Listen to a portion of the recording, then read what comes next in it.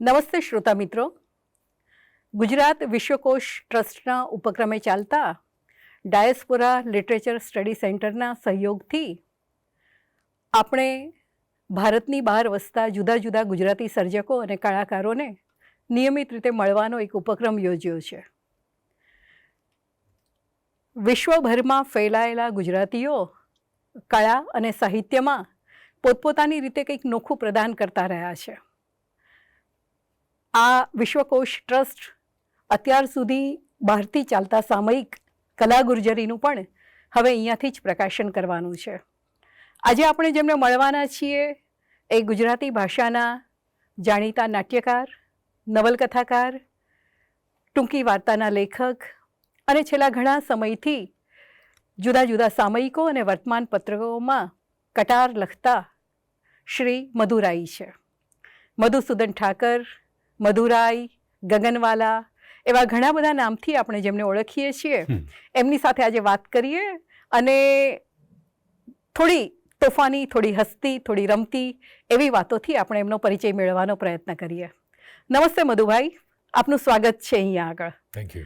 આપણે અહીંયા આગળ સ્ટુડિયોમાં આવતા હતા એ પહેલાં જ તમે એવું કહું કે મારે પાન ખાવું પડશે, તો હું ત્યાંથી જ વાતની શરૂઆત કરું કે પાન ખાવ તો જ તમે સારો ઇન્ટરવ્યૂ આપી શકો એવું છે? ના, એવું નથી, પણ મેં તમને અગાઉ કહ્યું એમ 50 વર્ષથી અમેરિકા છું. જી ત્યાં પાન બહુ જ મુશ્કેલીથી મળે. જી જી જી. અને વતનમાં આવ્યા પછી એમ થાય કે જેટલા ખવાય એટલા ખાઈ લઉં. હા હા હા. અને એમાં જમીને પાન ખાવાનો એક ક્રમ રાખ્યો હતો. હાજી. પણ આજે પેલો ટેક્સીવાળો બહુ ઉતાવળ કરતો હતો, રસ્તામાં પણ એણે રોકી નહીં. જી જી. એટલે અહીંયા આવીને પાન ખાવું પડ્યું. હા, એટલે વતનની સાથે પાનનો એક સંદર્ભ સંકળાયો છે અને એ અહીંયા આવો ત્યારે તમે એ હંમેશા એને પૂરું કરવાનો પ્રયત્ન કરો છો. હંમેશા તો નહીં, પણ તક મળે ત્યારે. તક મળે ત્યારે. તક મળે ત્યારે. એટલે તમે કહું કે છેલ્લા 50 વર્ષથી તમે અમેરિકામાં રહો છો, તો આપણે ત્યાંથી વાતની શરૂઆત કરીએ. જયંતીલાલ મહેતાની આત્મકથા છે, એનું શીર્ષક છે કાઠિયાવાડથી કલકત્તા. તો હું તમને એવું કહીશ કે કાઠિયાવાડથી અમેરિકા વાયા અમદાવાદ અને કલકત્તા, આ તમારી જે સફર શરૂ થઈ, તમારો જે પ્રવાસ શરૂ થયો, એની શરૂઆત કેવી રહી? એટલે કે તમારું ખંભાળિયા ખાતેનું તમારું બાળપણ, માતા પિતા, ભાઈ બહેન, ખંભાળિયાનો તમારો નિવાસ, ત્યાંના તમારા તોફાન, એ બધું જાણવામાં અમારા શ્રોતાઓને રસ પડશે. એટલા માટે કે તમારા વિશે એટલું બધું લખાયું છે, તમારા એટલા બધા ઇન્ટરવ્યૂ થયા છે, પ્રકાશિત પણ થયા છે, એટલે ઘણું બધું લોકો જાણતા હશે. પણ આવી નાની નાની વાતો કરીશું તો કદાચ વધારે ગમશે. એક વાત કોઈ પણ ઇન્ટરવ્યૂમાં થઈ નથી. જી. એની પાછળ એને છુપાવવાનો કોઈ હેતુ નહોતો, પણ તમે બોલતા હતા ત્યારે મને યાદ આવ્યું કે હું આમ તો ખંભાળિયામાં મારો જન્મ થયો અને 5 વર્ષ જ ત્યાં રહ્યો છું. 5 વર્ષની ઉંમરે તોફાનો તો કેટલા થાય, પણ 5 વર્ષની ઉંમરે પણ ત્યાં એક કેસલો નામનો મારો દોસ્ત થયેલો. બરાબર. અને એને મને એવું હતું કે જે લોકો સિગરેટ કે બીડી પીએ છે એ લોકો બહુ સ્માર્ટ કહેવાય. ઓહો. એટલે એ રસ્તે પડેલી બીડીઓમાંથી તમાકુ ખેરવીને એની પાછી બીડી વાળીને પીતો હતો. અને મને પણ એકવાર એણે એનું શોટ મારવાનું કહેલું. મેં મહેનતે મારેલો, ઉલટી થયેલી, અને એ મારું 5 વર્ષ પહેલાંનું તોફાન, મારી 5 વર્ષની ઉંમરનું તોફાન. ત્યાં મારી 2 બહેનો હતી, મારી મા હતી, મારા બાપુજી બધા. મારા બાપુજી ત્યાંની એક નિશાળમાં શિક્ષક હતા, અને એ શિક્ષકના જે હેડમાસ્ટર હતા તે ગોવિંદસિંહજી ઝાલા. એમની બદલી થઈ ત્યાં કલકત્તામાં એક ગુજરાતી સ્કૂલ શરૂ થવાની હતી, કલકત્તા એંગ્લો ગુજરાતી સ્કૂલ. એમણે મારા બાપુજીને પણ કહ્યું કે તમે પણ આવો અહીંયા. એ રીતે મારા બાપુજીની બદલી કલકત્તા થઈ અને ત્યાં 2 વર્ષ તે એકલા રહ્યા. દર વખતે વેકેશનમાં આવતા અને રસગુલ્લા લઈ આવતા, અને અમે લોકો એ રસગુલ્લાના ટીન તવેતા ઉપર હથોડા મારી મારીને તોડતા. હજી આજે પણ એ જ રીતે તોડવાનું છે, એમાં બહુ ફેર નથી પડ્યો. એવું હશે. તો પછી આખરે 28મી જૂન 28મી જૂન 1948, હા, તે દિવસે અમે હું, મારા બાપુજી, મારી મા અને મારા બે બહેનો, જી મારી બે બહેનો, અમે વાયા વિરંગામ થઈને કલકત્તા કલકત્તા ગયા. પહોંચ્યા. અને એ એટલે મારી જે યાત્રા તમે કહી તે એમાં અમદાવાદ પહેલાં નહીં, કલકત્તા પહેલાં હતું હમ અને પછી અમદાવાદ અમદાવાદ આવ્યો, બરાબર. અને પછી અમેરિકા. હા, એટલે 1948માં તમે કલકત્તા પહોંચ્યા. જી. તો સ્વતંત્રતાનો એ તો બહુ જ નજીકનો જ કાળ હતો. 27 ઓગસ્ટમાં સ્વતંત્ર થયા અને લગભગ 9 મહિનામાં તમે કલકત્તા ગયા. એ કલકત્તા કેવું હતું? એ કલકત્તા એ વખતે એકદમ જ એ વખતના હુલ્લડોના વ્રણથી આખું ઘવાયેલું. અને તમે જ્યાં જુઓ ત્યાં બસ્તીઓ ઊભી થયેલી આપણા નિરાશ્રિતોની. એ લોકો નાના નાના ઝૂંપડા બનાવીને રહેતા હતા અને એ ઝૂંપડામાં જ એ લોકોની પેઢીઓ આગળ ઉપર રહેવાની હતી. કારણ કે હું હમણાં ગયો ત્યારે પણ મેં જોયું કે હજી એ ઝૂંપડા એમને એમ જ છે. અને ખબર નહીં એવું કેમ થયું, કારણ કે સિંધી લોકો પણ અહીંયા આવેલા અને એ લોકો ગુજરાતમાં આવ્યા હતા અને એ જોતામાં એ લોકો કરોડપતિ થઈ ગયા. આ બંગાળીઓ કેમ એ હજી એ બસ્તીઓમાં છે અથવા તો એનો કેમ એક ભાગ હજી બસ્તીઓમાં છે એ મારી સમજની બહાર છે, પણ જે છે તે છે. તો એ વખતે કલકત્તા અત્યારે આપણને મંગળ ગ્રહ જેમ દૂર લાગે અથવા તો જે અજાણ્યું લાગે એ રીતે, અથવા માનો કે અમેરિકા જેમ અજાણ્યું લાગે એમ એ કલકત્તા અજાણ્યું હતું. ત્યાં આપણા શાકભાજી ન મળે, આપણા ખાવા પીવાના ન મળે અને ભાષા તો ન જ મળે. એ વખતે એક જ આ સ્કૂલ હતી કલકત્તા એંગ્લો ગુજરાતી સ્કૂલ. અને ચારે તરફ માંસાહારની દુર્ગંધ, સડેલા ઈંડાના ફોતરા જોવા મળે, માછલીના કાંટા જોવા મળે. અને તમે શાક માર્કેટમાં જાઓ તો બકરાના શરીરો ટાંગેલા મળે જે આ લોકોએ જેને કાપ્યા હોય તે. અને એટલે આખી એક અજબ પ્રકારની એક જાણે સૃષ્ટિમાં આવી ગયા એવું લાગીએ. અને અમે જે મકાનમાં રહેતા હતા એ મકાનમાં બંગાળી નહોતા રહેતા, બરાબર, પંજાબી એક રહેતા હતા, પણ એમનો માંસાહાર કંઈ એટલો આક્રમક નહોતો અને અમને એની કંઈ અસર થતી નહોતી. પણ બાકી જૈન વાણિયા અને લોહાણા અને અમારા મકાન માલિક પોતે ભાટિયા અને એ રીતે, એટલે એટલો એક દુર્ગ જાણે શાકાહારીઓનો હતો. બાકી ચારે તરફ આ જાતની પેલી હતી. અને એના કારણે મારો જે સહેવાસ કે મારી મિત્રતા કે એ બધું બંગાળીઓ સાથે ઓછું થતું હતું નાનપણમાં. અને અત્યારે મને વિસ્મય થાય છે કે અમારા ઘરથી દૂર, એટલે કે 2 કે 3 મકાન જ દૂર સરકારી બંગાળી શાળા હતી જેમાં મફત ભણાવાતો હતો. અને એમાં જો હું દાખલ થયો હોત તો બંગાળી અલબત્ત મારી માતૃભાષા જેટલી જ સારી રીતે હું બોલી શકતો હોત અને લખી શકતો હોત, વાંચી શકતો હોત, બંગાળી જ થઈ ગયો હોત. એને બદલે મારા બાપુજી જ્યાં ભણાવતા હતા અલબત્ત એમાં જ મારે ભણવાનું જવાનું થયું. અને ત્યાં હું ગુજરાતી શીખ્યો અને તમે જુઓ છો એમ ગુજરાતી લખતા પણ ત્યાંથી જ શરૂ કર્યું. એટલે આ એ સમયનો ચિતાર અથવા તો મારા મનમાં અત્યારે જે યાદ આવે છે એ ચિતાર. હવે ખરેખર એ વખતે આટલું બીભત્સ હતું કે કેમ એ મને ખબર નથી, પણ મારા મનમાં એ છાપ છે. ભલે તમે એવું કહેતા હો કે તમે પેલા ટાપુની જેમ થોડો સમય તો ગુજરાતીઓની વચ્ચે જીવ્યા, પણ કલકત્તા કદાચ તમારા મનમાં અને તમારા લોહીમાં વસી ગયું હશે. કારણ કે ચહેરામાં કલકત્તા મને તો એક પાત્રની જેમ આવતું દેખાયું છે. પણ એ જે કલકત્તા છે એ પાછું જુદું કલકત્તા છે. તમારી તરુણાવસ્થાનું કલકત્તા છે, જ્યારે પેલી નક્સલાઇટ મુવમેન્ટની અસર શરૂ થઈ હતી. એની સંસ્કૃતિ, એનું સાહિત્ય, એનું સમાજ જીવન, એ બધાએ તમને જે પ્રભાવિત કર્યા હશે એ કલકત્તા એમાં દેખાય છે. ખાલી આ તમે જે નામો ગણાવ્યા એટલું જ નહીં, બીજી ઘણી ચીજોએ આક્રમણ કરેલું મારી હવે ચેતના ઉપર એમ કહેવાય. એ વખતે નક્સલાઇટ મુવમેન્ટ તો એક રાજદ્વારી કે સામાજિક મુવમેન્ટ કહેવાય.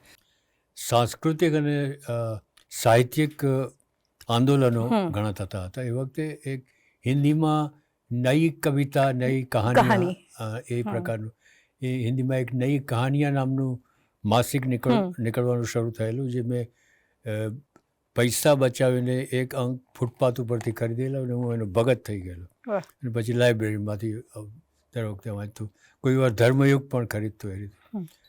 અને એ વખતે હંગરી મૂવમેન્ટ એક બંગાળીમાં શરૂ થયેલી, બુભુક્ષુ પેઢી, અને એ લોકોનું પણ સાહિત્ય એકદમ જુદા પ્રકારનું હતું. અને આપણા બીટ જનરેશન એ એવા શક્તિ ચટ્ટોપાધ્યાય અને એના બીજા મિત્રો સંદીપન ચટ્ટોપાધ્યાય, અને આ લોકોની લખાણોએ સખત પ્રભાવ પાડેલો મારા ઉપર, અથવા તો એ મારા ઉપર પ્રભાવ પડ્યો છે એમ કહેવું એ વખતે ફેશનેબલ હતું. એ કેવો પ્રભાવ પડ્યો હશે એ તો મને ખ્યાલ નથી અત્યારે, પણ આ બધાથી હું સખત અંજાયેલો રહેતો. અને બંગાળી ફિલ્મો, બંગાળી પછી કોલેજમાં ગયેલો, ત્યાં બંગાળી મિત્રો જે બનાવ્યા, આ બધાને આઈ ચેરિશ્ડ ધેમ. એ લોકો સાથે મને ખૂબ જ મજા આવતી, અને રોજ 2-4 નવા બંગાળી શબ્દો શીખવા મળે તો એને હું મારા કાનમાં નાખીને મમડાવતો, અને આજે આ પીપળે શબ્દ સાંભળવા મળ્યો, એટલે કે કીડીને પીપળે કે, એટલે આ પ્રકારની એ વખતે હું RSSની એક શાખામાં પણ જવાનું મેં શરૂ કરેલું, અને ત્યાં હુતું રમતો, અને એમાં એક વાર રમતમાં કોઈનો મને પટ્ટો લાગેલો તો અહીંયા હજી એના નિશાન છે. એટલે આ બધું હતું એ વખતે, જેને અત્યારે કદાચ એમ કહેવાય કે એ કિશોરાવસ્થાની મૂર્ખતા બધી ઘણી હતી એમાં, પણ એ મૂર્ખતા પણ મીઠી લાગતી હતી. એ સમયગાળાનો જ પ્રભાવ હતો કે ઠાકરમાંથી રાય અટક સ્વીકારી, એવું કહી શકાય. એમાં એવું બન્યું કે મારા પિતાજીની તબિયત અચાનક બહુ બગડી ગયેલી, એટલે એમને નોકરી છોડવી પડી, મારે ભણતર છોડવું પડ્યું, અને હું એમની જગ્યાએ ત્યાં નોકરી મેં લીધી, મારા બાપુજીની જગ્યાએ. બરાબર. અને આમ છતાં પણ અમારો 6 જણનો જે 7 કે 6-7 જણનો જે સંસાર હતો, એનું ભરણ પોષણ જરા કઠણ થયેલું એ વખતે, અને 8 મહિનાનું ભાડું ચડી ગયેલું. તો એવામાં શ્રીકુમારભાઈ સાથે મારો પરિચય થયો, અને એમણે મને ચાંદનીની એક હરીફાઈમાં લખવા માટે પ્રેર્યો, વાર્તા લખવા પ્રેર્યો. અને એ વાર્તા જે હતી એમાં હસ્તમૈથુનની વાત આવતી હતી, એટલે એક તિર્યક એની વાત આવતી હતી, એ સીધી રીતે નહીં કે હસ્તમૈથુનની વાત છે. અને એટલે અને એ વખતે ઉંમર મારી 17 કે 18 કે એવી જ કંઈ હશે. બરાબર. અને બાપુજી એમની તબિયત સારી નહોતી, પણ એમનું મન તો હજી પ્રફુલ્લિત હતું, અને એટલે એ જાણે કે આવું બધું લખે છે તો એ કદાચ ન જ ગમે, કારણ કે એ સમય આજથી 60-70 વર્ષ પહેલાંનો. ત્યારે મને થયું કે આ બીજા નામે લખો તો એમનું તો ધ્યાન ન જાય કે ચાંદની વાંચે નહીં કે, એટલે મેં મધુસૂદન રાય એવું નામ કર્યું. અને કદાચ એવું કહી શકાય કે એ વખતે બંગાળી થવાની એક મનમાં હોશ હોય, બંગાળી તરીકે ખપવાની હોશ હોય, એને રીતે મધુસૂદન રાય, ને પછી શ્રીકુમારે સુદન કાઢી નાખીને મધુરાય કર્યું. તો એ ત્યારથી અત્યાર સુધી હેડે છે. તો તમે એ 16-17 વર્ષે વાર્તા લખી, તો બહુ નાનપણથી ઈચ્છા હતી કે મારે લેખક જ બનવું છે, કે બીજી કોઈ કળા તરફ ક્યારેય રુચિ રહ્યા તમારા? સ્વાભાવિક છે કે કોઈ પણ બાળકની જેમ જાતના બધા અરમાન હોય. મારે ચિત્રકાર થવું હતું. ચિત્રકારીમાં જરાય નહીં ફાવેલું. મને તો શાંતિનિકેતનમાં ભણવા જવું હતું. આવી બધી મૂર્ખ, મને અત્યારે તો બધું મૂર્ખ કલ્પનાઓ અને ફેન્ટસી લાગે છે, પણ આવા બધા વિચારો આવતા એ વખતે. ડાક્ટર બનવું હતું પાછળથી, અને એવું લાગતું હતું કે ડાક્ટર બનીને હું બાપુજીને સાજા કરીશ. એટલે ક્યારે ડાક્ટર બનાય, ક્યારે બાપુજીને સાજા કરાય, પણ છતાં આવા બધા પેલા હતા. આ લખવાનું એક આડ અસર તરીકે આવ્યું, કારણ કે મારે લખવું પડ્યું અમારા સંજોગોને કારણે, અને આ હરીફાઈમાં ઇનામ બીજું મળ્યું, અને એનાથી અમારું ભાડું ભરાયું ને એ રીતે. એટલે એ કારણે હું લેખક બન્યો. બનવા માગતો નહોતો કે લેખક બનીએ એવા મારા કંઈ સપના સેવેલા નહોતા. હા. પછી પિતાજીને ખબર પડી હતી કે તમે વાર્તા લખો છો? પહેલી જ વાતમાં તારું જ ખબર. અને એનું કારણ એ કે બીજી એક હરીફાઈ થયેલી. હા. વિલે પાર્લરની કોઈ સંસ્થાએ હરીફાઈ કરેલી અને એના વાર્તા હરીફાઈ, અને એ સવિતામાં છપાવવાની હતી વાર્તા. એના જે નિર્ણાયકો હતા એ ગુલાબદાસ બ્રોકર, પછી હરિવલ્લભ ભાયાણી અને રામપ્રસાદ બક્ષી. એટલે આટલા જબરજસ્ત લોકો એના. અને મેં 2 વાર્તાઓ મોકલાવેલી એમ. તો એવું બન્યું કે એ 2 વાર્તાઓ મેં મોકલાવેલી મારા પબ્લિશર એટલે શિવજી આશરને. શિવજી આશરે આ હરીફાઈમાં મોકલાવ્યો અને એનો તાર આવ્યો. હવે એ વખતે હું જમતો હતો, ટપાલી તાર લઈને આવ્યો, તાર ખોલીને વાંચ્યું, બંને વાર્તાઓ પહેલી ઠરી. વાહ. અને હું એકદમ હું થઈને ગાંડો થઈને ઊભો થઈ ગયો ખાતા ખાતા. મારા ઘરના લોકો ભડકી ગયા કે આ ગાંડો કેમ થઈ ગયો. અને પછી બાપુજીને ખબર પડી કે આ તરત સમજ પડી ગઈ કે આ. એમણે જાજી કંઈ માથાકૂટ નહીં કરી, કારણ કે એ વાર્તાઓમાં કંઈ એવું વાંધાજનક નહોતું. તો કલકત્તા તમે વાર્તા લખવાની શરૂઆત કરી, એક ઉલ્લેખ તમે શિવકુમાર જોશીનો કર્યો. જી. બીજો ઉલ્લેખ કોનો કરવાનો ગમે? હા, એનો જેનું નામ તમે નથી લેતા, ચંદ્રકાંત બક્ષી. એટલે સુંદરજી બેટાઈ કરીને અમારી જ્ઞાતિના એક કવિ છે, આપ જાણો. બહુ જ સારા કવિ આપણે. એ મારા બાપુજીના સહપાઠી હતા. જી. અને એમણે એક ચિઠ્ઠી મને લખી આપેલી કે વલ્લભની તબિયત સારી નથી, તો આ ચિઠ્ઠી લઈને તું શિવકુમારભાઈ પાસે જજે, અમારા ઓળખીતા છે અને કંઈક મદદ કરશે. તો શિવકુમારભાઈએ ચિઠ્ઠી જોઈને એમ માન્યું કે આને પૈસાની જરૂર છે, અને જબ્બો ઊંચો કરીને એમની ખાદીની બંડી પહેરેલી, એ હજી મને આખો દ્રશ્ય યાદ છે. અને એમાં પૈસા કાઢવા જતા હતા અને મેં કહ્યું કે આ તો બરાબર નહીં, મારે તો હું તમારી વાર્તાના હિન્દી અનુવાદ કરી આપું, પણ આવી રીતે પૈસા નથી જોતા. એટલે એમની વાર્તાના હિન્દી અનુવાદ કરી એ ગમ્યા અને છપાયા, ધર્મયુગમાં છપાયા. અને એનું જે પણ પારિશ્રમિક હોય તે લેખકનું અને અનુવાદકનું બંને શિવકુમારભાઈ મને આપતા, અને એ રીતે થોડું ચાલ્યું. પછી શિવકુમારભાઈએ મારી ઓળખાણ કરાવી ચંદ્રકાંત બક્ષી સાથે, અને બક્ષીને મેં મારી એક વાર્તા બતાવી.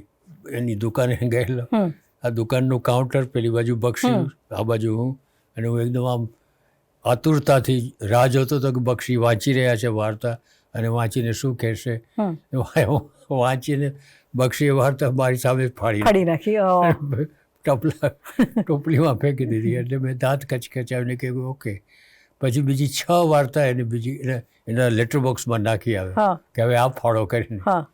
હવે એ માણસને એ વાર્તાઓ એટલી ગમી કે બધી વાર્તાઓ એમણે બચુભાઈને મોકલી આપી, કુમાર માટે.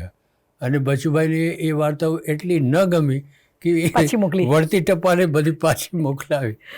પણ તેમ છતાં બક્ષી હાર્યા નહીં. બક્ષીએ એના પબ્લિશરને મોકલી, શિવજી આશ્રમને, ને એ રીતે શિવજીભાઈએ કહ્યું કે આ બીજી વાર્તાઓ લખ તો આપણે એનો કરીએ સંગ્રહ. અને એ રીતે આ હરીફાઈમાં વાર્તાઓ મોકલાઈ વગેરે વગેરે. એટલે આ રા શ્રી ચંદ્રકાંત બક્ષી. ઘણી વખત જાની મિત્રો એમ જાની દુશ્મન પણ હોય. પણ ગુજરાતી સાહિત્યમાં વર્ષોથી 2 સર્જકના નામ સાથે લેવાય. નર્મદ ને દલપતરામ, કાંત અને કલાપી, બકા ઠાકોર અને નાનાલાલ, સુંદરમ અને ઉમાશંકર. એવી રીતે મધુરાઈ અને બક્ષીના નામ સાથે જ લેવાય છે. તમે ઈચ્છો તો પણ આ જોડકામાંથી છૂટા પડી શકો એવું નથી. પણ બંનેની વાર્તા લખવાની શૈલી, લેખન શૈલી બહુ જ નોખા છે, બહુ ભિન્ન છે. આપણે બક્ષીની વાત હવે નહીં કરીએ, આપણે તમારી વાત જ કરવાના છીએ. કલકત્તામાં સરસ રીતે તમે ગોઠવાઈ રહ્યા હતા, લખવાનું ને બધું ચાલતું હતું, પછી અમદાવાદ કેમ આવ્યા? એ વાત બરાબર નથી કે હું સરખી રીતે ગોઠવાઈ રહ્યો હતો. એ વાત બરાબર નથી, કારણ કે અત્યારે આપણને એમ લાગે પાછળ દ્રષ્ટિ કરતાં કે એ વખતે હું ગોઠવાઈ રહ્યો હોઈશ. આ બધી વાર્તાઓ, આ બધા ઇનામો વગેરે વગેરે, બક્ષી, શિવકુમાર, પણ એ બધાથી ભાણું ભરાતું નથી. બરાબર. એ શિવકુમારના એક મિત્ર હતા કનુભાઈ ભાલરિયા, એમની મશીનરીની દુકાન હતી. એમાં શિવકુમારે મને કામ અપાવેલું. બરાબર. કારણ કે હું જે માસ્તરીનું કામ કરતો હતો એમાં બહુ ઓછો પગાર હતો ને અહીંયા જરાક સારો પગાર હતો. પણ મને બિલકુલ એમાં મન લાગતું નહીં, મશીનરીમાં જરા પણ મન લાગે નહીં. પણ તેમ છતાં શિવકુમારની શરમે કનુભાઈ મને ચલાવી લેતા હતા. અને એમને પણ સાહિત્યમાં રસ હતો એટલે એટલા પૂરતું પણ હું કંઈ બહુ ઓછું કામ ન કરું કે આ તે પણ ચલાવી લે. તો પછી મને એમ કાયમ થયા કરતું હતું કે આમાંથી 10 વાગે શરૂ થાય નોકરી, 9 વાગે નોકરી શરૂ થાય, સાંજના 5:30 છૂટે, તો ઘડિયાળ સામે જોયા કરું કે આ ક્યારે કાંટા ભેગા થાય, ક્યારે આ 5:30 વાગે ને ક્યારે હું ઊભો થાઉં. એટલે 6 વર્ષ સુધી મેં આ કાળા પાણીની સજા ભોગવી. અને એમાં અલબત્ત આપણે બરાબર કામ ન કરતા હોઈએ તો બીજા બધા જે કામ કરનારા હોય એમની મશ્કરીનું કારણ બનીએ અથવા તો ઈર્ષાનું તો બનીએ. એટલે એ બહુ જ કપરો કાળ હતો મારો. અને એનો જવાબ એ છે કે કેમ તમે અમદાવાદ આવ્યા, તો કોઈ ભગવાનની કૃપાથી એ વખતે સુરેશ જોશીએ જ્યોતિમાં મારી ભલામણ કરી, જ્યોતિ લિમિટેડ વડોદરામાં. કે આમાં તમારે એક જનસંપર્ક અધિકારી જોઈએ છે. તો એટલે એ લોકોએ મને ભાડું આપીને બોલાવ્યો અને ઇન્ટરવ્યૂ આપ્યો અને બધું થયું અને હું પાછો ગયો. પણ એ લોકોએ મને નાપાસ કર્યો. મારી જગ્યાએ જ્યોતિષ જાની આવ્યા હતા. તો એટલે હું બહુ જ નિરાશ થયેલો. પણ મારા એક મિત્ર હતા જે જ્યોતિષી હતા ને એમણે કહ્યું કે તુમ્હારા જાને કા હોગા હી. અને કોને ખબર કેમ, કોને ખબર કઈ શક્તિના સંચાલનથી મને અચાનક ટપાલમાં રમણલાલ શેઠનો કાગળ આવ્યો, જનસત્તાના માલિક, કે અમે તમને જનસત્તામાં નોકરીએ રાખ્યા છે, રાખી લીધા છે. હા, એટલે તમે આવી જાઓ. એટલે એમાં પૂછવાનું જ ન હોય, તરત જ બિસ્તરા બાંધીને હું ચાલ્યો આવ્યો.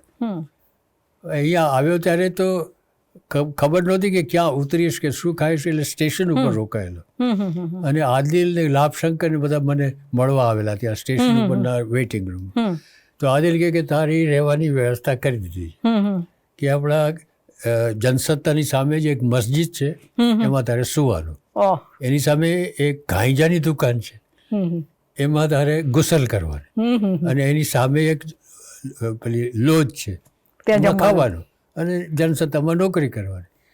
આટલું થયા પછી તને આપણે કંઈક એકાદ મહિનામાં શોધી આપીએ કરીશું.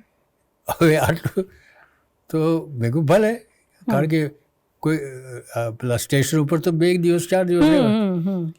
તો પછી હું કામે આવ્યો ત્યાં ભગવાનને ખબર કઈ શક્તિના સંચાલનથી શ્રીયુત કપાસી, હિંમતલાલ કપાસી, એ જનસત્તામાં એ વખતે કોલમ લખતા હતા. અને શિવ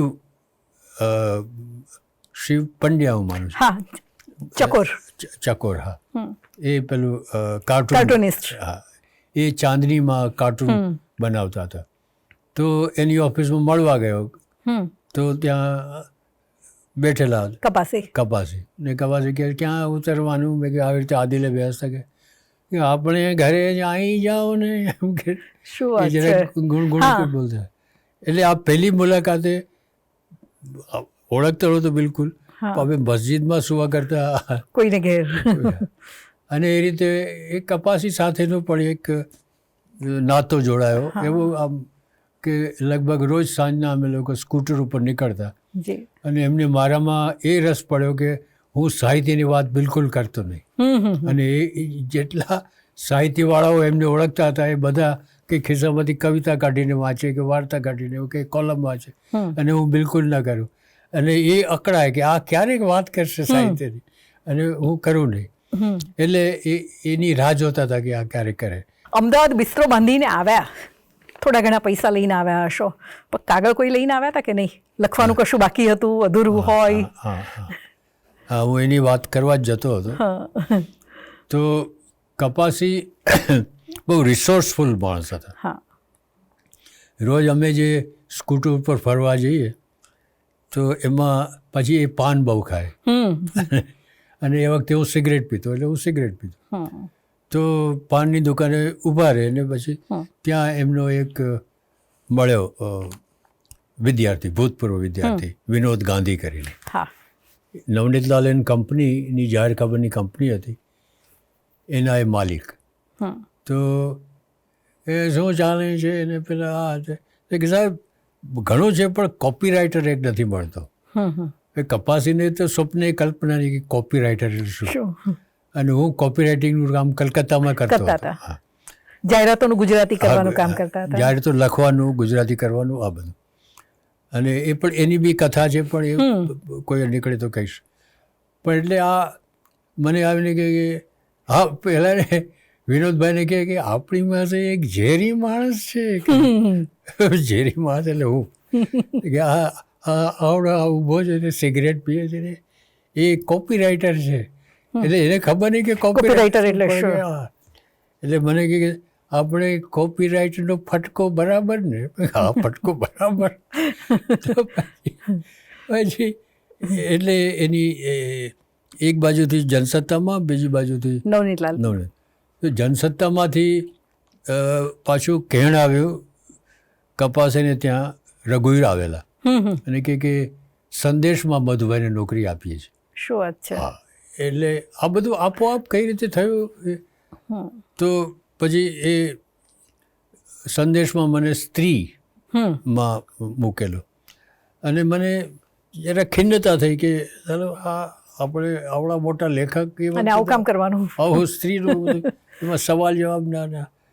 પણ શિવ પંડ્યાએ મને સમજાવ્યું કે તમે બીજા બધાની વાત કરો કે કોઈ અધ્યાપક છે ને કોઈ આ છે ને કોઈ આ, પણ એ બધા કંઈ તમારું ભાણું નથી ભરવાનું. એટલે કામ એટલે કામ, નોકરી એટલે નોકરી, એમાં શું વાત. એની મેં તો એ ત્યાં એમાં મેં કામ લીધું અને એ રીતે એ કામ થયું, આ કામ થયું. અને પછી એક બીજો વાલી આવેલો. એટલે વાલી એટલે એના કોઈ વિદ્યાર્થીના વાલી, એ બધા જનરલી વાલી કહે. અને એ કહેતો હતો કે આપણી પાસે નાટકનો કોઈ ફટકો ખરો. આ નાટકનો એ ફટકો છે, એક હું નાટક ત્યાંથી લખીને લાવ્યો છું, એક અંક લખેલો છે.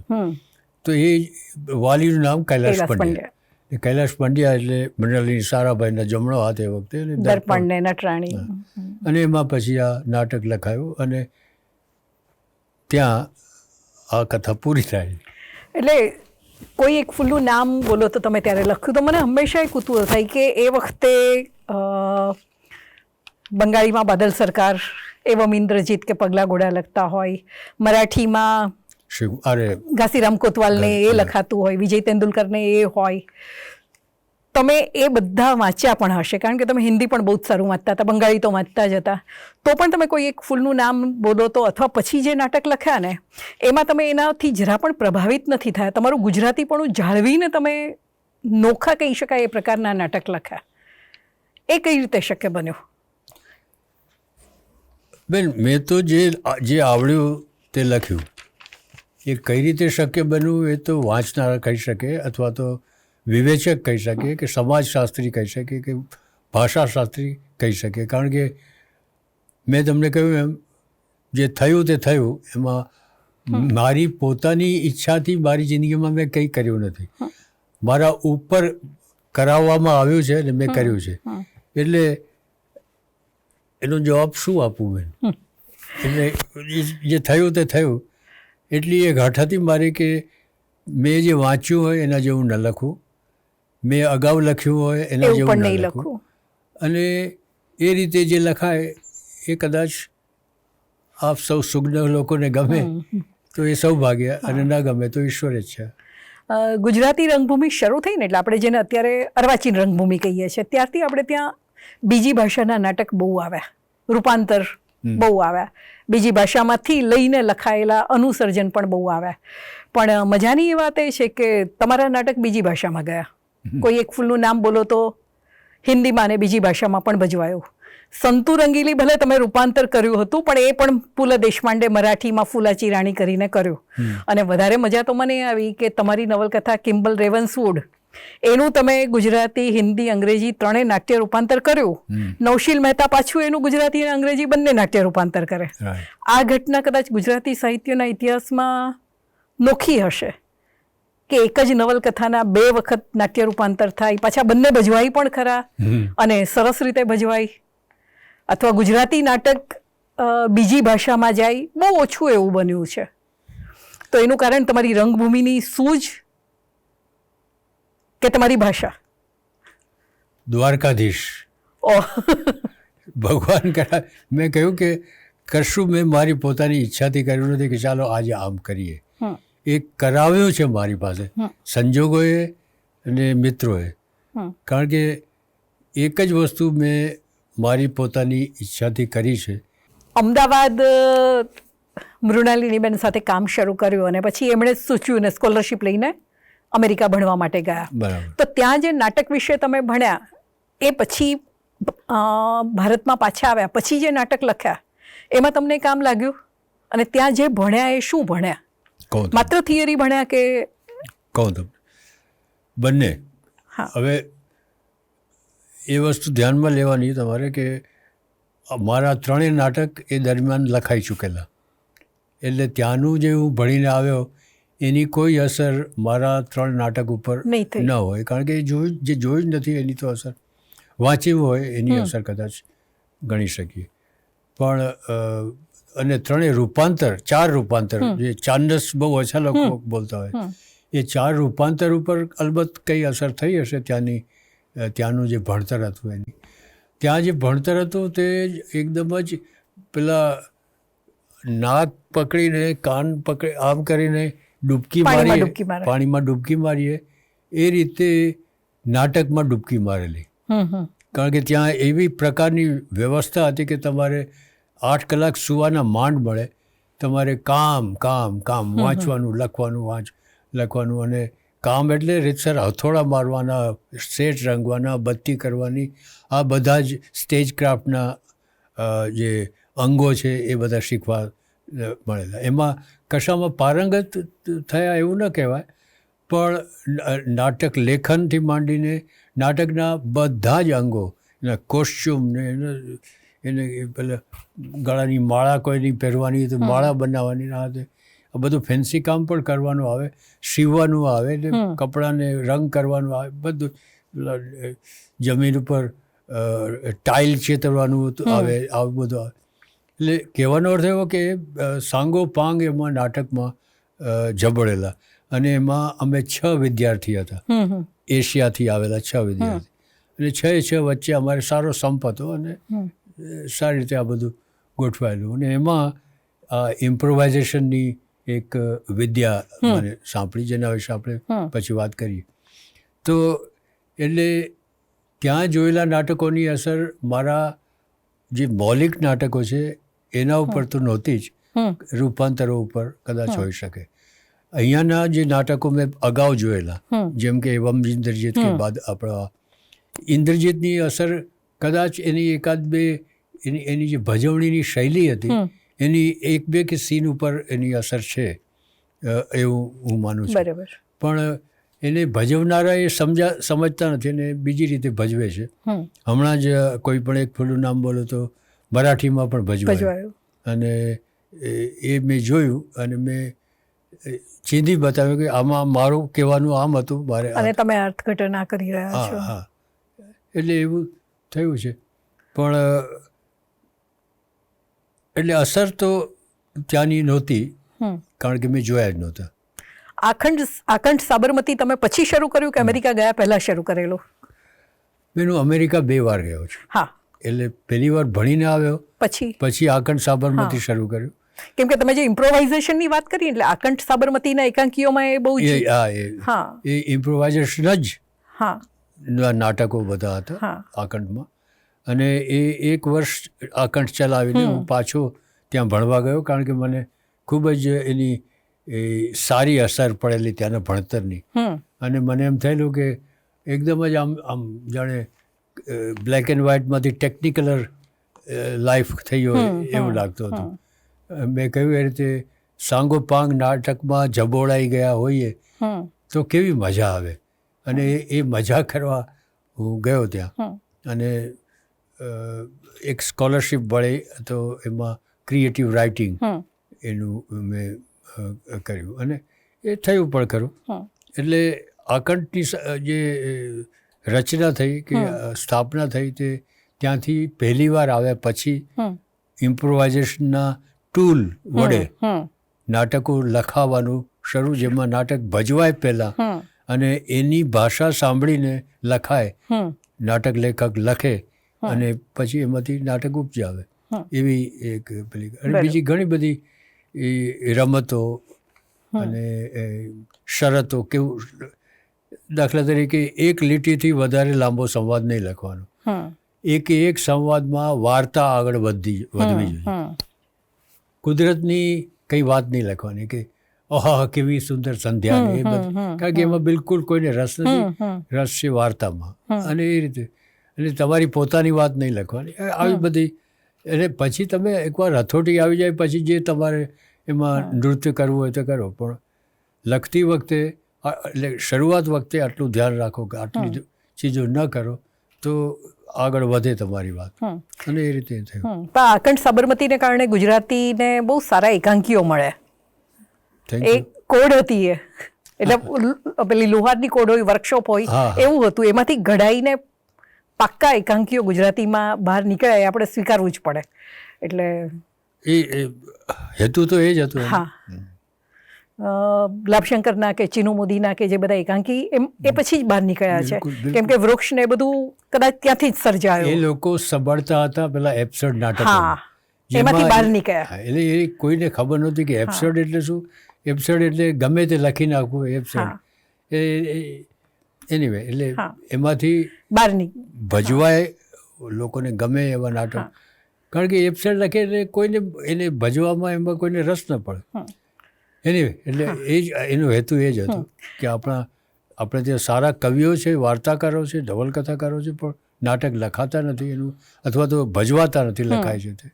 એનું કારણ છે કે ભજવનારાઓને તો નાટક જોઈએ, એને કઈ ભાષામાં લખાય છે એની સાથે કોઈ સંબંધ નથી. એટલે એવા નાટક લખાવા જોઈએ જેમાં ભજવનારાઓને રસ પડે. એટલે ખાલી લેખકો જ નહીં પણ ભજવનારાઓ પણ એ આકંઠ સાબરમતીમાં આવતા હતા અને એમની પાસે કામ કરાવતા હતા. સામાન્ય લોકો માટે આજે પણ મધુરાઈ એટલે સંતુ રંગીલી ને સંતુ રંગીલી એટલે મધુરાઈ. નાટ્ય પ્રેમીઓ જે છે એમને માટે સંતુ રંગીલી કરતાં પણ ખેલંદો એ વધારે મનની અંદર વસેલું નાટક છે. મેં પોતે બંને જોયા છે. મેં શરત નથી જોયું ને ચાનસ નથી જોયું, પણ આ બંને નાટકોએ મન પર એક છાપ ઊભી કરી છે. આ રૂપાંતર પાસે કેમ ગયા?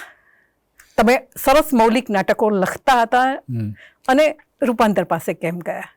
સંતુ રંગીલીને એ રીતે મને બહુ જ મજા આવી કે ગુજરાતી બોલીનો જે તમે કસ એમાં કાઢ્યો છે, એનું રમતિયાળપણું, એને ગુજરાતી ભાષાને એમાં તમે નાચતી, બોલીને ભાષા નહીં, બોલીને નાચતી કરી છે. એ રીતે બહુ જ મજા આવે. ક્યારે એવું થાય કે આને રૂપાંતર કહેતા મૌલિક નાટક જ કહેવું જોઈએ? આધાર જ લીધો છે ને મૂળ તો નાટકનો, પછી તો બધું જ. હવે ખૂબી એ છે કે એક સંવાદનો અનુવાદ કરેલો છે, એનો આધાર નથી લીધો. અને તેમ છતાં પણ તમને એવું લાગે છે કે એનો ખાલી આધાર જ લીધો છે.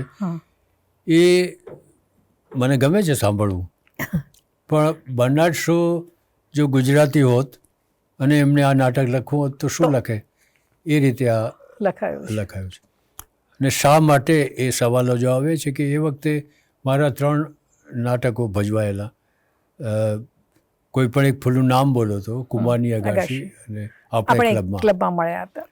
આ 3 નાટક મૌલિક નાટક તે કંપનીઓનું પહેલું મૌલિક નાટક હતા. દર્પણે અત્યાર સુધી નાટકો ઘણા કરેલા, પણ એમાં એક પણ મૌલિક ગુજરાતી નાટક કરેલું નહીં. લખતું જ નહોતું કોઈ નાટક થાય એવું. અને હું પણ ન લખી શક્યો જો મને દર્પણનો આટલો મોટો સહારો ન મળ્યો. કારણ કે કૈલાશભાઈએ એકદમ છૂટો દોર આપેલો કે જે કરવું હોય તે કરો. અને એ મેં જે કરવું હતું એ કર્યું. એટલે એમાં મેં કોઈ સંકોચ રાખ્યો નહીં અને એમણે એ ભજવ્યું. અને એમાં એમને મોટી ખોટ ગઈ. અને મને કેટલીક વાર એમ લાગે છે કે મૃણાલિની બહેને મને ત્યાં મોકલવાનું એટલા માટે પસંદ કર્યું કે બીજા નાટકની ખોટ ના આવે. એટલે પછી બીજું નાટક હતું, એ ખોટને કારણે મને એમ થયું કે હવે એવું નાટક લખું જે બધાને તરત સમજાય જાય. એટલે આપણે ક્લબમાં મળ્યા હતા, એ ડિટેક્ટિવ થ્રિલર લખ્યું, જે આ લોકોએ નહીં કર્યું, પણ આપણા પ્રવીણ જોશી એ વખતે અમદાવાદની INTની એ શાખા સ્થાપી, એના અરવિંદ વૈદ્ય દિગ્દર્શક હતા, અને એમણે આ નાટક ભજવ્યું. પેલું આપણે ક્લબમાં મળ્યા હતા, અને એ પણ અલબત્ત એનું પહેલું મૌલિક નાટક. અને પછી કુમારની અગાશી, જે પણ INTનું પહેલું મૌલિક નાટક. એટલે એ વખતે એકદમ સખત ફાંકો હતો મારા મનમાં કે નાટકો જ્યાં સુધી જે લોકો એના રૂપાંતરો કરી આપે છે, એટલે એ લોકો એનો એક શોર્ટકટ કરે છે, અને એ લોકો લખતા બંધ નહીં થાય, રૂપાંતર કરતા બંધ ન થાય, એમને કોલેરા ન થઈ જાય કે ભજનારાઓને પ્લેગ ન થાય, ત્યાં સુધી આ ચાલુ જ રહેશે. આવું કયા કરતો હતો, જે બહુ જ ઉદ્દંડ ને એવું એક વક્તવ્ય હતું. પણ એ વખતે આવી બધી વાતો કરવાની એક ફેશન હતી. તો મને કહ્યું પ્રવીણભાઈએ કે આ નાટક કરીએ આપણે, અને મેં કર્યું. અને એ વખતે મેં તમને કહ્યું એમ કે એટલા માટે કર્યું કે મને એમાં ભાષા સાથે નૃત્ય કરવાની મજા આવતી હતી, અને આમ એક એક વાક્ય લખતો જાઉં ને મજા પડતી જાય. અને એમાં મેં ઘણી જગ્યાએ કહ્યું છે કે મારી માતાની બોલી મેં એમાં ઉતોડીને મૂકેલી છે, એટલે ખરા અર્થમાં મારી માતૃભાષા એમાં સમાયેલી. એટલે આ રીતે એ થયું. ને પછી તો એની સફળતાથી પ્રવીણભાઈએ બીજા મેં નાટકો કરાવ્યા જે તમારા જેવા સુગ્ન લોકોને ગમ્યા. શરત આપણા મહેશ ચંપકલાલ હતા એમાં, અને એ અત્યાર સુધી પણ એની વાત કરે છે, એટલે એ પણ અમુક અંશે તો થયું જ હશે. ચાનસ આપણે કર્યું આણે કેતન મહેતા, હા, એમાં પરેશ રાવળને હતું. એ બહુ નહીં ચાલ્યું, પણ હું માનું છું એમાં પણ ભાષા કર્મ તો એટલું જ સક્ષમ થયેલું. તમે પહેલા નાટક લખ્યા, પછી એ જ નાટકને નવલકથાનું રૂપ આપ્યું. કુમારની અગાશી ને કોઈ એક ફૂલનું નામ બોલો તો બંને. પણ કિમ્બલ રેવન્સવુડમાં એનાથી જુદું થયું. પહેલાં એ નવલકથા લખી અને પછી તમે એને નાટ્યરૂપ આપ્યું. કિમ્બલ રેવન્સવુડ તો તમારા અમેરિકાના નિવાસ પછી લખાયેલી નવલકથા. બિલકુલ. એટલે ત્યાંનો ગુજરાતી સમાજ, અથવા આપણે હવે જેને ડાયસ્પોરા લિટરેચર કહીએ છીએ, એનો એ પ્રભાવ એ નવલકથાએ પૂરેપૂરો ઝીલ્યો.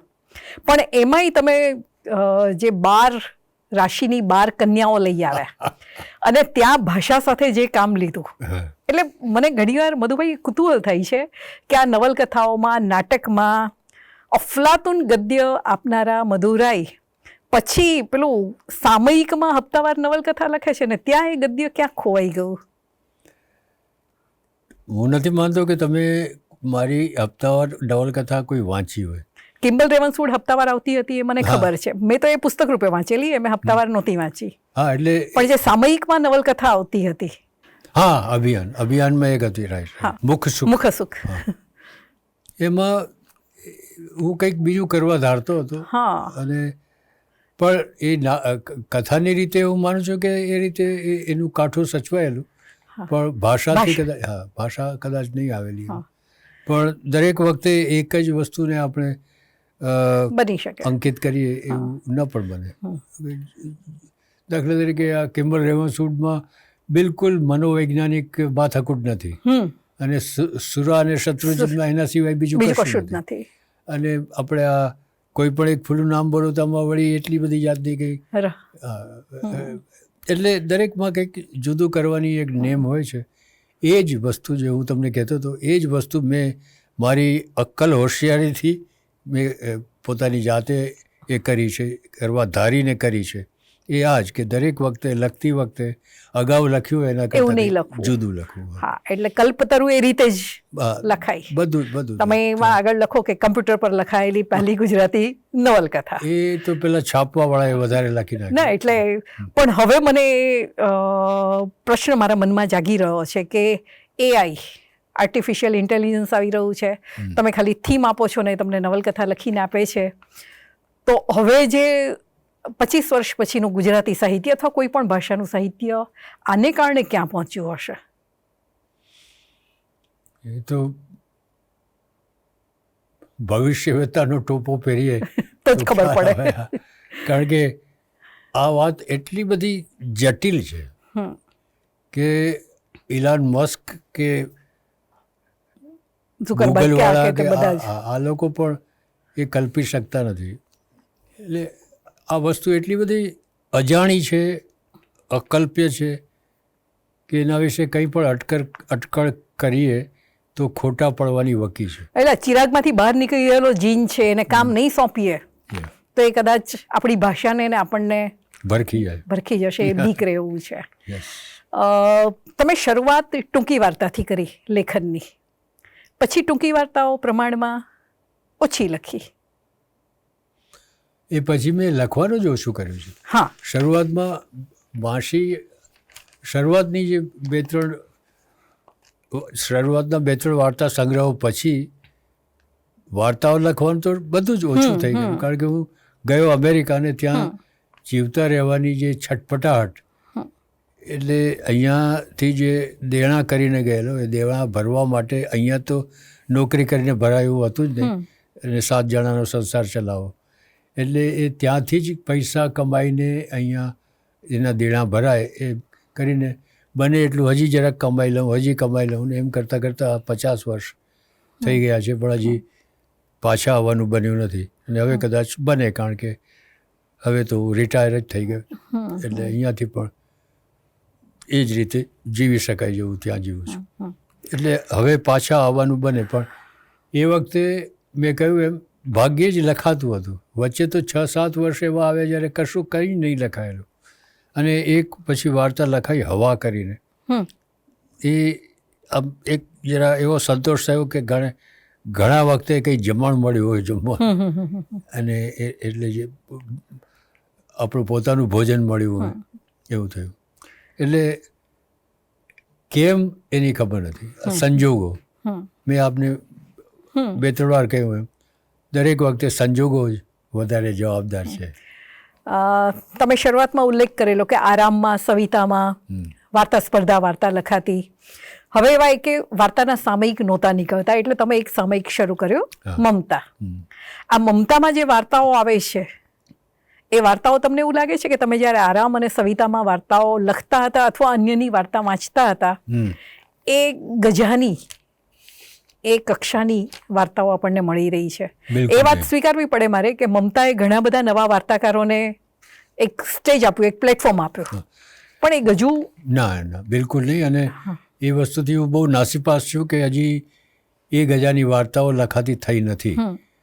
પણ વસ્તુ શું છે બેન કે ચાંદની છે તે જનસત્તાનું હતું, પછી આરામ જે છે તે સંદેશનું હતું, પછી સવિતા છે તે પણ કમર્શિયલ પેલું હતું, અને એમાં નવી વાર્તા કરતાં વાર્તા લોકપ્રિય વાર્તાઓ વધારે આવતી હતી. એ જ રીતે જે સામયિકો વાર્તાના હતા એની પાછળ એક જબરજસ્ત પીઠબળ હતું, કોઈ પણ આર્થિક રીતે ટેકો પણ મળતો હતો. જ્યારે મમતા પાછળ એવું કોઈ પીઠબળ નથી. આ તો હું ત્યાં છું અને 2 પૈસા ત્યાં કમાઉં છું, એટલે આમાં નળ ખોલીએની જેમ પાણી જાય એવી રીતે જાય છે. અમારી એવી કોઈ વ્યવસ્થા નથી કે કોઈ પેલા ગ્રાહકો પાસેથી ઉઘરાવે કે આ તમારું લવાજમ પૂરું થાય છે, તમે જો ભરો તો ભેટ પુસ્તક મોકલશું ને એવું કરશું. એની મેળે ચાલે છે. કોને ખબર કેટલી કોપી છપાય છે, કોને ખબર કેટલા ગ્રાહકો છે, કોને ખબર ક્યાં જાય છે, કેટલીક વાર આખા પાર્સલ પાછા આવે. તો એની વ્યવસ્થા માટે બિલકુલ કોઈ જ વ્યવસ્થા નથી અમારી પાસે. આવું જાહેરમાં કબૂલ કરું છું. અને એને કારણે લેખકોને જે ગ્રૂમ કરવાની જે પેલી પ્રવૃત્તિ થવી જોઈએ, એ હું અમેરિકા રહું છું, મારો ભાઈ જે અત્યાર સુધી સંભાળતો હતો એ હવે કેનેડા રહે છે, એટલે અહીંયા કોઈ છે નહીં જે લેખકો સાથે આવા સંપર્કમાં રહે, એ લોકોને ઉત્સાહ આપે, એ લોકોને 2 પૈસા વધારે રોયલ્ટી આપે. એવું એ જે ગ્રૂમિંગનું જે કરવું જોઈએ એ થઈ શકતું નથી, સિવાય કે અમે હરીફાઈઓ કરીએ છીએ અને એમાં સારા એવા ઇનામો આપીએ છીએ, પણ એ જૂજ એ વર્ષે એકાદ વાર થઈ શકે, દર વર્ષે તો થાય નહીં. અને એમાં પણ એની કોઈ સિસ્ટમ કે સિસ્ટેમિક જેને કહેવાય એવું કશું નથી. એ બધું ભગવાનની લીલાથી થાય છે તો થાય છે, એના એવું કહી શકાય. અને એના કારણે વાર્તાઓ આવતી નથી. અને કેટલીક વાર તો એમ મને લાગે આ કચરો છે, આ બધું શા માટે આપણે કરીએ છીએ. પણ તેમ છતાં પણ તમારે જો મોટર ગાડી વેચવી હોય, જૂની મોટર ગાડી વેચવી હોય તો ચાલતી હોય તો જલ્દી વેચાય. હા, એટલે ચલાવતી રહેવાની છે, ચલાવતા રહેવાનું. ક્યાંક તો કોઈક તો સારા વાર્તાકાર મળશે, આવે છે. ઘણી વખત સારી વાર્તાઓ આપણને એમાંથી મળી છે. હરીફાઈમાં ઘણી સારી વાર્તાઓ હવે. પણ ચાંદનીમાં જે એકદમ રજની કુમાર પંડ્યા છે, દિનકર જોશી છે, હું પોતે લખનારો હતો. અને અત્યારે જેટલા વાર્તાકારોના નામ, સ્થાપિત વાર્તાકારોના નામ બોલી શકાય, એ લગભગ બધા એમાંથી આવ્યા છે, ચાંદનીમાંથી આવ્યા છે. હિન્દીમાં એવું સારિકા નીકળતું હતું, કમલેશ્વર જે ચલાવતા હતા. નઈ કહાનિયા પણ, નઈ કહાનિયા, ભૈરવનાથ ગુપ્તા. હવે એ પણ બધું ધીમે ધીમે ત્યાં બંધ થઈ ગયું છે. સારિકા બંધ, ક્યારનું બંધ થઈ ગયું. સારિકા, ધર્મયુગ બધું વર્ષોથી બંધ થઈ ગયું છે. એટલે માત્ર ગુજરાતીની બધી જ ભાષાના સાહિત્યની કદાચ આ પરિસ્થિતિ. મરાઠી ને બંગાળી કદાચ એમાં અપવાદરૂપ હશે. બંગાળી તો અપવાદરૂપ. મરાઠીમાં પણ હજી ઘણું બધું લખાય છે, ઘણા બધા એના વિશેષાંક બહાર પડતા હોય છે. એટલે આપણને થોડી ઈર્ષ્યા થાય કે બાજુનું જ રાજ્ય ને આટલી સારી પ્રવૃત્તિ ત્યાં ચાલે છે ને આપણે ખબર નથી. આપણે ગુજરાતીઓને કદાચ એ આપણા ઇન્ટરેસ્ટ જુદા છે. તમે ગાંધીનગરથી અહીંયા આવો તો રસ્તામાં તમે એકે થિયેટર જુઓ નહીં, પણ આઈ ડોન્ટ નો 3000 ખાવા પીવાની જગ્યાઓ જુઓ. એટલે આપણા રસ જુદા છે. વાત કરતાં કરતાં એક મને પેલો બીજો વિચાર પણ, એટલે મારા મનમાં એ પ્રશ્ન આવ્યો હતો કે તમારી જે નવલકથાઓ હોય ને એમાં નાટ્યાત્મકતા બહુ જ મળે એમ. તમે વાચકના રસને, એના કુતૂહલને જગાવી પણ શકો અને નવલકથાને આગળ પણ લઈ જઈ શકો. તો મને એ થતું હતું કે તમને મૂળભૂત રીતે નાટ્યકાર તરીકે ઓળખાવાનું ગમે કે નવલકથાકાર તરીકે, અથવા કથાકાર તરીકે? નવલકથાકાર નહીં, કથાકાર તરીકે. વાર્તા મારો સૌથી પ્રિય વિષય, પ્રકાર. હું વાર્તાકાર તરીકે ઓળખાવાનું વધારે પસંદ કરું. પણ એ તો ખડિયામાં શાહી છે કે શાહીમાં ખડિયો છે, એ પ્રકારની થિયોરિટિકલી આ બધી વાત છે. આમાં હું લેખક છું અને જે કોઈ વાર તમે કહો કે આ લખી આપો તો અમૂલ દૂધની જાહેર ખબર લખી આપું. કોઈ વાર કહો કે મારી પ્રેમિકાને કાગળ લખી આપો તો કાગળ લખી આપું. તમે લખેલો શરૂઆતમાં એવું મેં ક્યાંક વાંચ્યું હતું, તમારું પહેલું લેખન એ જ હતું. એ ઉલ્લેખ એટલા વડે. અને એટલે જે લખવાનું કહો તો લખી આપું, રૂપાંતર કરવાનું કહો તો રૂપાંતર કરી આપું. એ બધું કોઈ માગે તો થઈ શકે. એટલે આવું થાય છે. વાર્તાઓ લખી, નાટક લખ્યા, નવલકથાઓ લખી, પણ છેલ્લા થોડા વર્ષોથી ગગનવાલાની કોલમ સામાન્ય વાચક પણ વાંચે છે.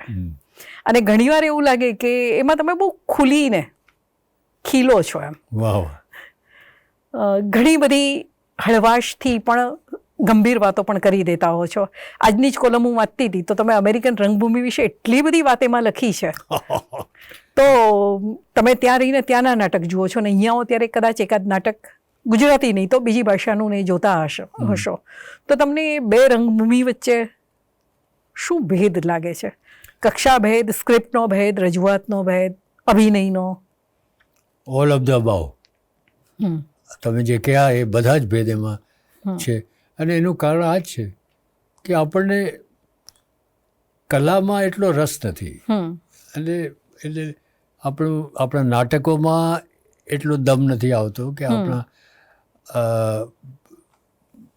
આપણી એક્ટરીમાં એટલો દમ નથી આવતો. કેટલા બધા ગુજરાતી એક્ટરો ટેલિવિઝનમાં ને ફિલ્મોમાં છે પણ નાટકમાં નથી, કારણ કે પૈસા નથી. એટલે આપણે દોરવાઈએ છીએ પૈસાથી. એટલે આપણે ગુજરાતીઓ પૈસાથી દોરવાય છે. એ જ રીતે સિંધી કે પંજાબીમાં પણ આ નાટકો નથી કે સાહિત્ય નથી, કારણ કે આપણે બધા વેપારીઓ અર્થોપાર્જનમાં વધારે રસ છે અને એમાં ઘણા સફળ થયા છીએ. આટલા બધા જે બડા વેપારીઓ ભારતના છે બધા ગુજરાતીઓ. એટલે કે એટલે આપ સમજો છો હું શું કહું છું. અને એ કારણે આ ભેદ તો છે જ કે આપણી ભાષા અને અંગ્રેજીની જે અથવા અમેરિકાના નાટકોમાં જે ભેદ છે તે ભેદ છે. હવે એવું પણ છે, આ જ વાત મેં કરેલી બુદ્ધદેવ બસુને કલકત્તામાં જ્યારે સાહિત્ય પરિષદ ભરાયેલી, પહેલી સાહિત્ય પરિષદ, જે વર્ષો પહેલાં 50-60 વર્ષ થયા હશે, 60 તો થયા જ હશે. એ વખતે બુદ્ધદેવ બસુ નામના બંગાળી કવિ, એને ઘરેથી ટેક્સીમાં મારે લઈ આવવાની જવાબદારી હતી. બરાબર.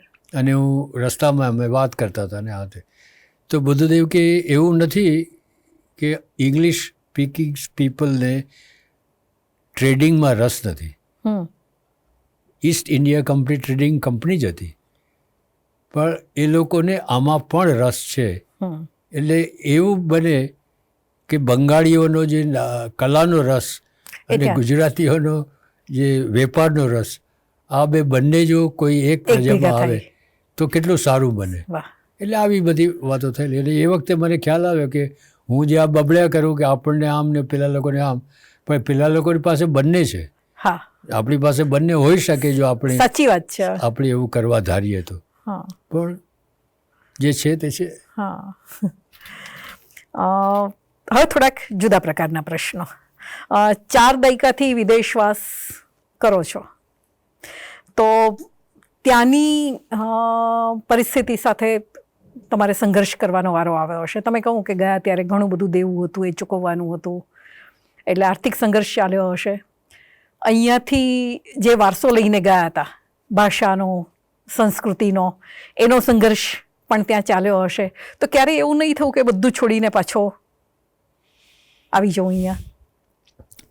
રોજ થાય, અને તોય ન નીકળાય. કારણ કે જે પથારો કરીને બેઠા હોઈએ એમાંથી નીકળવાની મુશ્કેલી હોય. અને બીજું, અડધું મન આપણું કહેતું હોય કે જઈએ, અને અડધું મન કહેતું હોય કે હજી થોડુંક રહીએ. અને એ બીજું અડધું મન જીતી જાય આમાં. કારણ કે જેમ જેમ પૈસા આવતા જાય તેમ તેમ એનો લોભ વધતો જાય કે હજી થોડાક થાય તો, હજી થોડાક થાય તો. અને આખરે આ ઉંમરે હવે મને થાય છે કે હવે પાછો આવી જાઉં. કારણ કે અહીંયા તમે બધા છો, અહીંયા ગુજરાતી જમવાનું મળે છે, અહીંયા ગુજરાતી શાકભાજી મળે છે, ગુજરાતી પેલા નાટકો જોવા મળે, ગુજરાતી સિનેમા જોવા મળે, ગુજરાતી બોલવા મળે ને ગુજરાતી લખવા મળે. તો કેમ નહીં?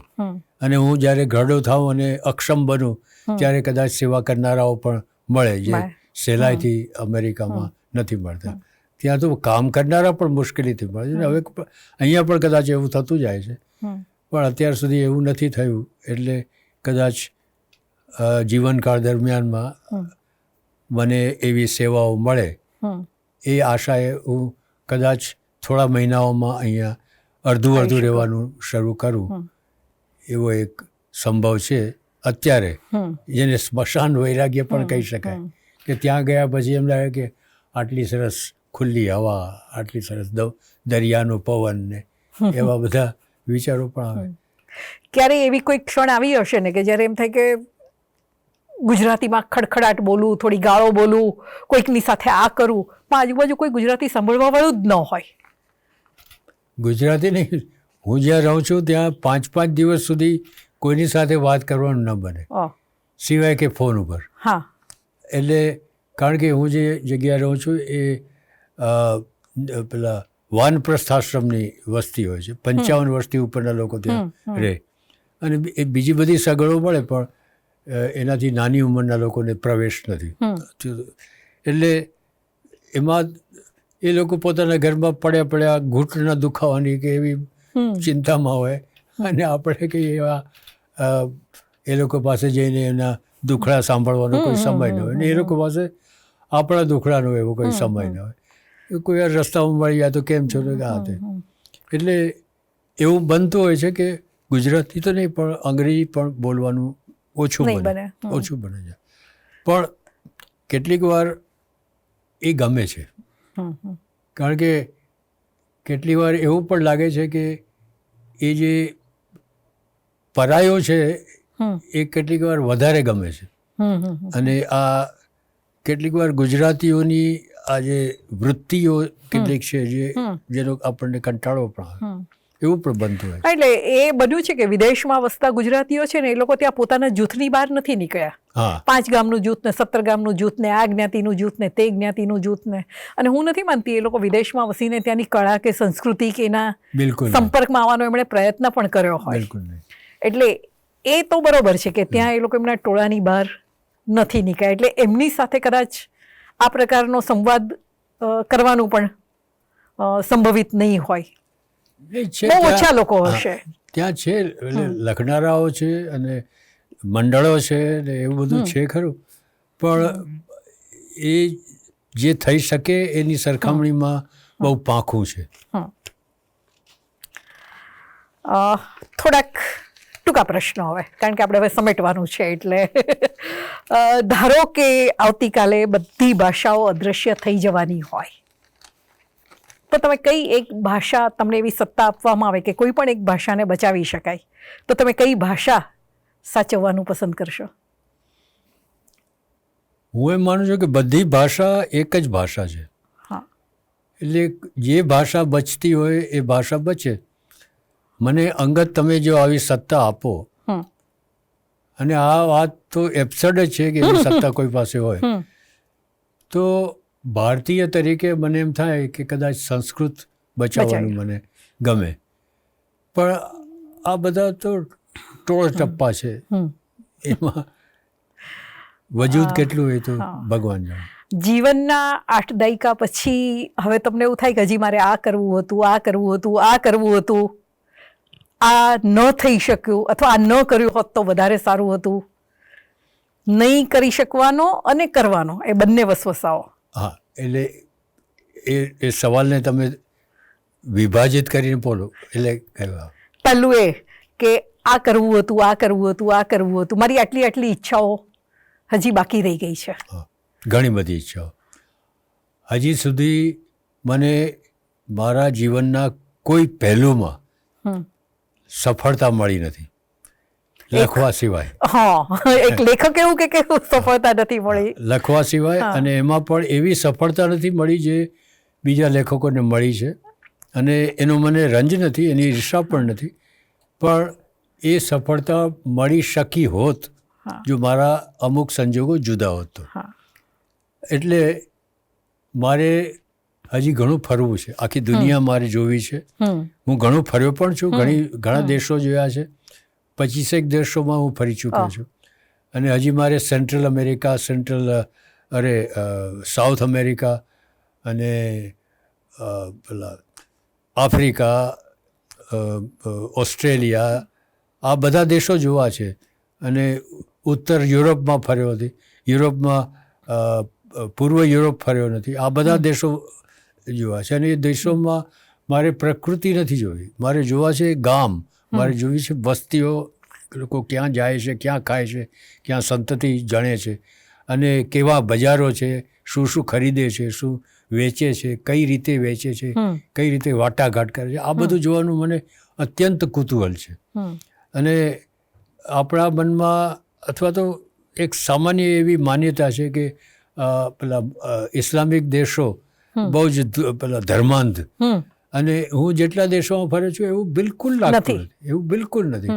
અને એ લોકો તો આપણને મહેમાન એટલે અતિથિ જે દેવો ભાવ આપણે જેને ગણીએ એ પ્રકારના એ લોકો આતિથ્યમાં માને છે. એ લોકોના અમુક માન્યતાઓ જે છે તે એવી છે જ કે દારૂ ન પીવો કે અમુક જે છે તે છે, અને આપણા પણ એવા કેટલાક સિદ્ધાંતો છે જે આપણે એટલી જ ધાર્મિકતાથી જનૂનથી, એટલે મારું કહેવાનું એવું છે કે મારે આ બધા જોવા છે, આ બધા દેશો જોવા છે, કે પેલા આફ્રિકાના જંગલો જોવા છે, જંગલોમાં પેલા પશુઓના પેલા એ લોકોના જે વસાહતો છે એ બધી જોવી. આ બધું ખબર નહીં કેટલું થશે અને થશે કે કેમ આમાંનું કંઈ પણ, કારણ કે એકલા જઈ શકાય નહીં અત્યારે આ ઉંમરે, અને કોઈ સાથે આવવાવાળું હજી ઊભું થતું નથી. મારા એક પ્રવાસ ભીલ્લું હતા પણ એ પોતે માંદા થયા છે, એટલે હું શોધું છું કે કોઈ બીજું સાથે આવી શકતું હતું. એટલે આ મારે હજી ઘણું કરવાનું બાકી છે. એટલે જો એ બધું થાય તો સારું, અને નહીં તો ફેન્ટેસીમાં તો થશે જ. આ ન કર્યું હોત તો સારું હતું, એવું શું? તમને જાણીને આશ્ચર્ય થાય કે લખવાનું ન કર્યું હોત તો સારું હતું. કેમ? તો કંઈક બીજું કર્યું હોત જેમાં હું કદાચ વધારે સફળ થયો હોત. હું કદાચ ડાક્ટર બની શક્યો હોત, હું કદાચ વેપારી બની શક્યો હોત, કદાચ મેં જો આ ધંધામાં ધ્યાન આપ્યું હોત, કોપી રાઇટિંગના ધંધામાં પણ ધ્યાન આપ્યું હોત, તો એમાં પણ આગળ આવી શક્યો હોત. પણ લખવાનું કર્યું. અમેરિકા ભણવા જવાનો મને મોકો મળ્યો, અને હું ભણ્યો શું? નાટક. જે ત્યાંના નાટકવાળાઓ પણ પેલા વેઇટરનું કામ કરીને જિંદગી ચલાવતા હોય છે, એ હું અમેરિકામાં શીખવા ગયો. એટલે આ બધી મૂર્ખતાઓ જે કરી તે કદાચ હવે મોકો મળે તો ન કરું, કદાચ કરું પણ ખરો, કહી શકાય નહીં. એટલે જિંદગી સામે આ વાતની ફરિયાદ છે કે આ ફરિયાદ નથી. તમે જે સવાલ પૂછો છો એનો જવાબ છે કે શું ન કરો તો કદાચ આ ન કરું. આમ તો ન પૂછવું જોઈએ, પણ તમને તમારી ગમતી વાર્તાઓ કઈ, તમારી પોતાની લખેલી તમને કઈ વાર્તા સૌથી વધારે ગમે? અંગત રીતે દૂરબીન વાર્તા મને ઘણી, પણ આમ જોવા જાવ તો ઘણી વાર્તાઓ એવી છે જે મને પોતાને એમ થાય છે કે સરસ લખી આ વાર્તા. બીજી ઘણી વાર્તાઓ એવી પણ છે જે વાર્તાઓ લખી છે ને લખી છે, પણ કેટલીક વાર્તાઓ એવી છે જેને હું પોતે મારી રીતે એને નાણીને નવાજું છું કે આ સારી લખાઈ, આ વાર્તા મારાથી લખાઈ, એનું મને કેટલીક વાર આશ્ચર્ય થાય છે ને કેટલીક વાર ગર્વ પણ થાય છે. અને એવી આ દૂરબીન છે. બીજી છે એક જેનેરિક. નહીં, એક ગુજરાતી પ્રોફેસરના પ્રેમમાં એક ચીની વિદ્યાર્થીની પડે છે, અને પછી એની એક વાર્તા છે જેનેરિક. અને આવી 2-3 વાર્તાઓ છે જે હમણાં એક છેલ્લી વાર્તા રાજધાની એક્સપ્રેસ, એ પણ મને એની ગૂંથણીની દ્રષ્ટિએ ઘણી આકર્ષક લાગે છે. આ મારી અંગત માન્યતા. અને છેલ્લો પ્રશ્ન, તમને ગમતા કોઈ પણ 5 લેખક, હું સર્જક શબ્દ નહીં વાપરું, કોઈ પણ ભાષાના, જરૂરી નથી કે એ આપણી ભાષાના જ હોઈ શકે. બરાબર. કારણ કે તમે બંગાળી પણ એટલું વાંચ્યું છે, હિન્દી પણ બહુ જ વાંચ્યું છે, અને અમેરિકા નિવાસને કારણે અંગ્રેજી સાહિત્ય પણ એટલું જ વાંચ્યું હશે, નાટકો પણ એટલા જ વાંચ્યા હશે. તો તમને ગમતા 5 સર્જક, 5 લેખક? 5 જો ગુજરાતી સિવાયના કહેવા હોય તો 5 જરૂર મળે. હા, ગુજરાતી પણ મળે, પણ એમાં અંગત સંબંધો વધારે કામ કરતા હોય. તો પહેલાં ગુજરાતી કહી દઉં કે સુરેશ જોશી, અલબત્ત, ચંદ્રકાંત બક્ષી, શિવકુમારભાઈ, પછી સુવર્ણા, સરોજ પાઠક. પણ આવા સવાલ કરનારના મનમાં 5 નામ પહેલેથી હોય એવું હું માનું છું. ના, મારા મનમાં નથી, એટલે જ મેં તમને કહું કે કોઈ પણ ભાષાના. એટલે જો ગુજરાતી સિવાયની ભાષાની વાત કરીએ તો કમલેશ્વર, મોહન રાકેશ, રાજેન્દ્ર યાદવ, આ 3ની તો ત્રિપુટી હતી જ, રમેશ બક્ષી, અને આપણા ધર્મવીર ભારતી, આ બધા. અંગ્રેજીમાં સિમેનોન, એ મારા, હું એને દેવ ગણું છું. એ જ્યોર્જ એસ સિમેનોન. હા, પછી એક Arthur C Clarke, Isaac Simenon, Isaac શું નામ સિંકલર, ના આસિમોવ. અચ્છા આસિમોવ. એક સાથે 4 નવલકથાઓ લખતા હોય. ઓહ, 4 ટાઈપરાઇટર ઉપર પડી હોય, અહીંયાથી લખો પછી ભૂલી જાય, અહીંયાથી લખે, ગજબ. અને એ ઉપરાંત પાછા એ તો ફિઝિસિસ્ટ હતા અને જબરજસ્ત ફિઝિક્સના કામ કરેલા એ લોકોએ, એમણે થોથા તો લખ્યા છે. એટલે આવા બધા આકર્ષે. સાયન્સ ફિક્શન મને બહુ આકર્ષે અને ક્રાઇમ થ્રિલર બહુ આકર્ષે. પેલા